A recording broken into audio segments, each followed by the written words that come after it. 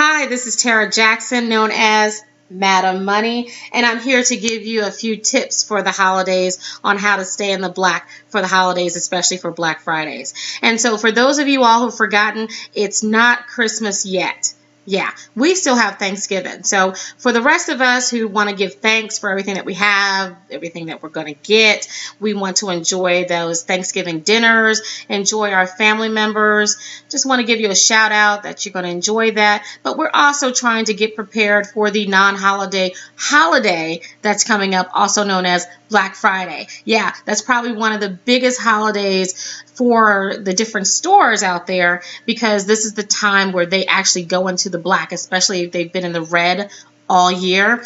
This is the time they go into the black. But my goal is to help you as a consumer to stay in the black for the holiday season as well. So I want to avoid you going into the red, going into debt for the holiday season. So I want to give you 5 quick tips for this Madam Money Minute to stay in the black for the holiday season. So here we go. Tip number 1. Have the gift talk with your family, okay? So for example, my family, a few years ago, we decided that we were going to have this conversation that only the children, anyone 17 and under were going to get gifts, okay? So anyone 18 and older, we weren't going to give you all a gift. It's just not going to happen. You can buy your own gift. Or if we were going to give a gift, if we felt compelled to buy you a gift, we would put a dollar figure amount on there. So we decided to put $25 on there. So we wouldn't spend any more than $25. We would either get a gift or we give a gift card or give cash. I prefer cash or gift card. That's just me. So we actually saved a lot of money. We understood because of this economy, you know, we're all pinching pennies right now, and we were able to focus on the children. And within our immediate family, we only had 2 kids to focus on. So we were able to give them a good Christmas. We spent Christmas together, so our gift was our time, our love. We loved on each other. If we felt, again, compelled to do it, we didn't go over $25. So again, have that gift talk with your family. I think a lot of your family members, especially your immediate family members, would really appreciate that and respect your budget as well. Tip number 2 is to know your limits. Okay, so set the amount that you want to spend. However you want to spend it, or what you can afford to spend, which is sometimes completely different, but you want to respect that, what you can afford to spend. So if you have $500 to spend, or if you have $1,000, or if you have 100 or whatever, you want to know your limits. You want to write that out. And that's going to be your determining factor if you're going to shop at Macy's or Target. Also known as Target. So you just want to make sure that you respect your budget, you know your limits, and you can actually calculate that. Rule of thumb that I have for people is that if you can't save for it, you probably can't afford to borrow it. Yeah. So I don't recommend that you borrow or go into debt to buy gifts. Try to save up for it as much as you can. You still have a few weeks to go, but you want to be respectful. And if you do tip number 1, you'll be able to really be successful with tip number 2. All right. So tip number 3 is you want to make a list. Come on, even Santa Claus makes a list and he checks it twice. So you want to make your list of who you want to give gifts to. And I recommend that this is only for your immediate family members, okay? So your extended family members, they don't need to be on the list this year, okay? So your first, second, third cousins, they really don't need a gift from you this year, okay? And you're probably not going to get a gift from them either. So don't even worry about it. Focus on your immediate family. Write that list out of who's going to get it. For example, it's my son and my niece this year. Actually, I have a new nephew that's going to get a gift. I actually have another little baby that's was just born, but I know I have at least 5 children that I'm getting gifts for.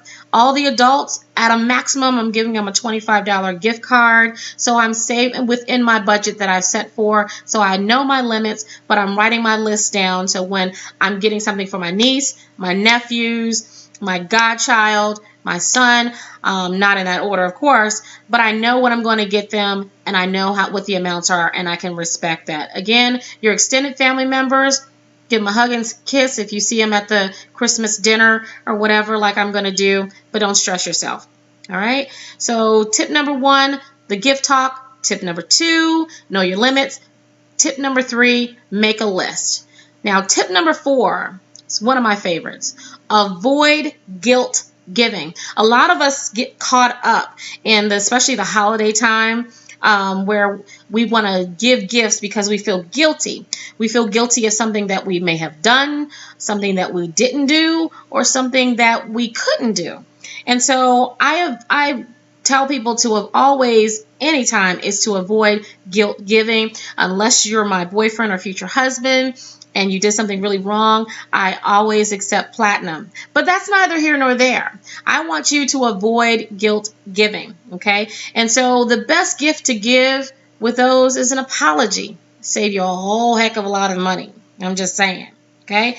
Now, tip number 5, avoid the big sale hype, okay? So everybody has this big sale. You all do realize that they mark up the stuff to mark it back down to make it look like a sale. Not all stores, but the majority of them. So I want you to avoid those, especially those BOGOs, that buy one, get one. Yeah, that's really built to explode your budget. Okay, so you're going in there to buy something that you want, and then they're saying, well, if you buy one, you can get another one for half off. Well, you didn't plan to buy 2 in the first place, so that's going to throw your budget all the way off. Or you see that BOGO of something that you had no desire to purchase in the first place, but because you feel or you have the perceived value of getting a bargain, you're going to buy something that you don't need. That's really going to put you in the red for your budget as well. So we want to avoid that. The best way to avoid those big hype sales, or if you really want to participate in some type of big sale, do it online as much as possible. Make sure it's on a secure network. You know, they have that little lock in the URL up in the upper left hand corner. Yeah, in the left hand corner you see a little lock there that's going to say it's a secured site. Or if you see the right before the URL, it has HTTPS. So if it has the HTTPS on there, that means it's a secured site. So you want to go shopping there. Avoid using your phone to go shopping, especially when you're say like at Starbucks or something and it's an unsecured internet access. You want to avoid doing that because you don't want anybody hacking into your business, and it's very, very prevalent around this time, especially if you're at not just Starbucks or anywhere they have open or unsecured internet access. You want to avoid that so you can avoid identity theft. But also avoid being financially promiscuous. Financially promiscuous is when you have not only one credit card, but you have multiple, and you're using multiple. Yeah, you want to avoid using multiple credit cards around the holiday season, or period. In that case, I'm just throwing that out. I'm just saying. So if you're going to use a credit card, know your limits with using your credit card. Only use one. Only take one. Keep the rest of them home. I would recommend that you either use a prepaid debit card, so you have your budget already set there for you, or you use cash, or you use that one credit card, but you know your limits and you respect your limits, something that you can pay off. Again, if you can't save for it, you probably can't afford to borrow it. Okay, so we have those 5 tips for you. I'm just going to run them back down so you make sure you have them. Number 1, you want to have the gift talk with your family. Number 2, you want to know your limits, respect your budget. Number 3, you want to make that list, check it twice, gone. You're trying to be Santa anyway, so really be Santa. Make that list and check it twice. 4, you want to avoid that guilt giving. Again, unless you're my boyfriend or husband. You didn't do right. I'm just saying. And then you want to avoid the big sale hype. Okay, so these are some tips to help you stay in the black for the holiday seasons and avoid going red and going into debt for the holiday seasons. If you'd like some more information about some more tips, if you want to connect with me for some coaching to coach you through the process, you can reach me on my website at www.madammoney.com. Again, that's www.madammoney.com. MADAMMONEY. Connect with me. I'm on all social medias. I would love to connect with you and help you for your prosperity. Thank you so much. Happy holidays and enjoy your turkey. Love ya. Bye.